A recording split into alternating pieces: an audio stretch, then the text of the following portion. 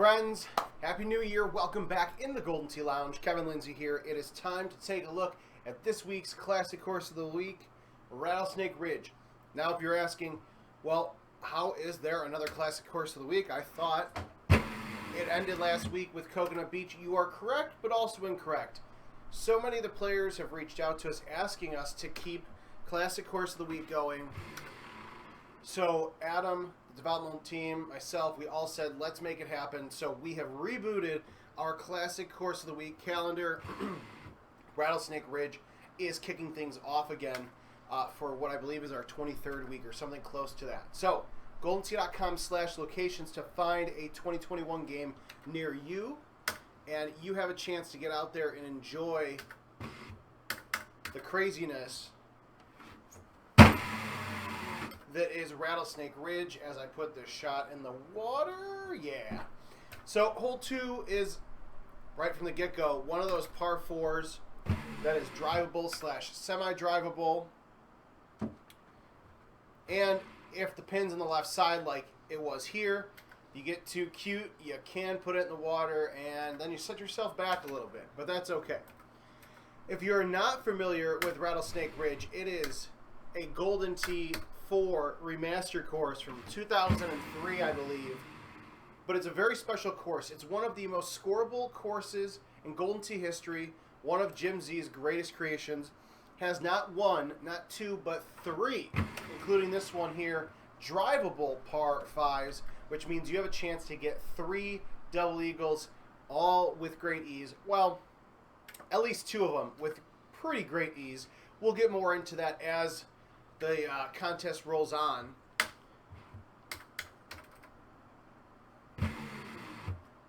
We are playing live in the field, in production as I like to call it, so you will see some familiar names and scores on the leaderboard, but this is what you get to see if you go out there and play today or play all week.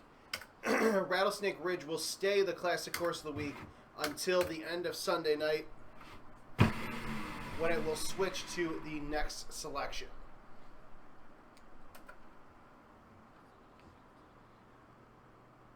The other thing that's fun about Rattlesnake is it's very scoreable. Probably the most scoreable setup or scoreable course that Jim Z has ever created. Now, it's an interesting one, though, because it can set up for a 28, 29 in certain instances, but it also can set up to be a 35. I had a setup earlier where I think I shot 31 and there's a couple 34s in it. So it is very different in the range. There's a big range when it comes to the scoreability of this course.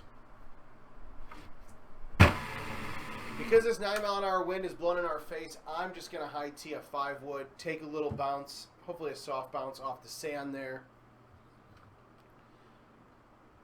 As I always say, when you can, putt for eagle. Really thought I made sure not to miss that putt specifically because I've done it before, but that's okay. Hole 7, this is another one of those drivable par 5s. A little bit more difficult than number 3, only because there's such a small funnel window of opportunity to get through there. I'm going to not high tee this, only because the pin is in the front of the green here. So I would like to try to take advantage of that and get some backspin. So I'm going to hit my 3-wood through the little gap. I gave it a little bit of a cut, definitely unintentionally. So this is probably not going to go well. Nope, that's not going to go well. Hey, at least it didn't end up in the water. It is a par 5, so at least... Oh, come on. How did that not get up there? Apparently, you have to hit the green to roll up there. Look at that. And we're par. Should have been a double eagle, but it wasn't. But that's the thing with that hole, is that there's a very small window of opportunity to get on the green. Once you get on the green, it's a flat green. And it's always a flat green. It's kind of like the caveat. Jim Z is like, all right, you got it up here in 1. We'll give you a little bit of a break. That's actually a lot of super spin from the iron there on this hole number 8, the par 3. Not the score that we were looking for, but that's okay. Hole 9 is another semi-drivable hole. For the most part, it is in this setup. We can go straight at it with a high tee, or we can just hit a big C3 around the cactus. You have better luck going right at it if you are on the farthermost tee box here. The bottom, if you look at the bottom left corner of the screen, that upper left area, it's usually about 300 or so. This is not a problem though. I missed the trackball, and that's still going to get up there with a lot of ease. Just be careful. If you put roll on there like I did, you do end up with a bit of a down slope, so just be careful because there is still that small chance that the ball rolls over the cup. If it's any caveat for the video that I started before, I was 16 after 9, and then that video just didn't work out. Hole 10, this is also a tricky par 4 that's drivable. It's always drivable. It's just the way that you do it is sometimes changes. So we're in the front of the box here. Could do a high T6 or 5 wood around. Or what we're going to do, because the opportunity is there and why not, is we are going to play pinball. Or at least try to play pinball. And we're going to bounce it off the wall, off of the sign. And then have a putt like this. And we missed the putt. That's what I get for trying to be cute and bounce it off the wall. Hey, shot of the week is worth the notoriety. At least I think it is. All right, here, number 11, another drivable par 4. Pin is in the bottom part, so you've got some room to work with. You just got to be careful because we are farther back in the tee box. I definitely do not mean to crush that, but if you do happen to do that, you may... Oh, of course. Was expecting the hop off of kind of the hill down. Didn't get it. But again, I'd rather have a putt like that where I have to think about it for a few seconds versus coming up short going in the water. So I'm not even mad at that with this hole. Hole 12. This is sometimes drivable. This, to me, there's not a way for us to... I mean, we can get on the green potentially with a long putt. We'll try it just for you guys.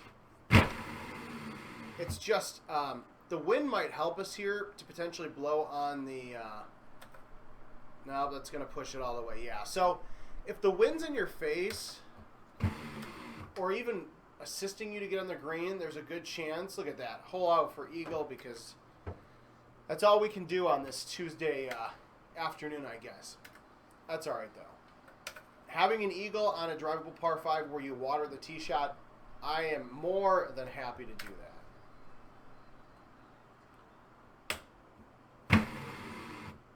Hole number 13, another pretty straightforward par 3. Just got to be mindful of the elevation change from the tee boxes where you're at down below. I have super spin, so of course it's going to give it a bit more backspin with my irons. And then hole 14, this par 5. On this back tee box, there's not much you can do other than just hit it right on the fairway. If you're in one of the farther, more front tee boxes, you can actually do a big A1 and get down into the rough. And that way you're playing on what I'm calling an even playing field. Not much we can do here, so we are going to have to battle the elevation change and the wind. And unfortunately, we're kind of in between clubs here, so I'm going to cut the 5 wood just because the 6 wood is so hard to cut. That actually may work in my favor. When you have the pins tucked in those corners, it does make it a bit difficult to kind of get precise and get close. I'm not an amazing player, but I'm pretty good at times, sometimes. But I can usually find a way to make it work. Hole 15, this is another interesting one because this is sometimes drivable. You really just have to get a nice wind and a good tee box where you're not worrying about screwing up a good round and hitting a cacti. But what I'm going to do here is I'm going to get it down here. I'm not trying to get on the green, but I do want to get down to the same level here because then I have an easier opportunity to go attack the pin. 49 yards with a lob wedge, even with roll, Much easier when you're battling even planes versus laying up top, and then again, just like that previous hole, having to deal with those elevation changes. Hole 16, another par 4, drivable par 4 where you got to kind of funnel things in between the canyon walls. Wind's blowing to the right, so this one actually is not bad at all. This is one of those holes where it's like, just get it on the green. You're going to have a little bit of a putt. Might be on the fringe like me here. Always check your green slopes, which I didn't do. And then I hit it too far out to the right. Or excuse me, to the left. That's okay. And then hole 17, not a difficult par 3. This one, you just got to be mindful with that 14-mile-an-hour wind, just to be safe. Was not trying to pin seek there. But it does have that tiered green, so if you get too cute with it and go too far out to the right, you're potentially, well, most likely two-putting and walking away with a par instead of a birdie. But look at these scores here, 27 in third and fourth, 26 in fifth right now. Much different than the setup that I had played previously where 34 was the top score. So you're really at the mercy of the setup that ITNet gives you when it comes to Rattlesnake. This hole 18, drivable par 4.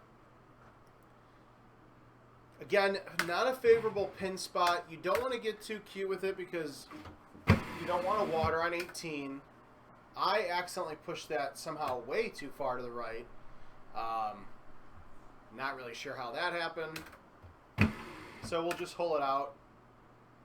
Or hopefully stay on the green. Nope, not happening.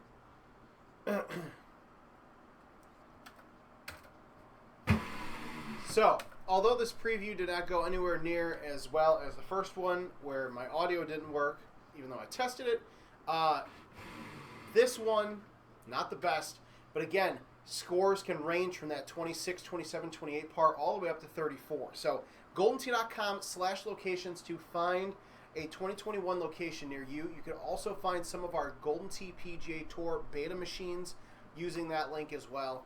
Be sure to come back tomorrow. We got plenty to talk about all week. Freaky Friday preview tomorrow, Throwback Thursday on Thursday, and then a live stream for this week's Freaky Friday. So, GoldenTee.com for more, and we'll see you guys next time.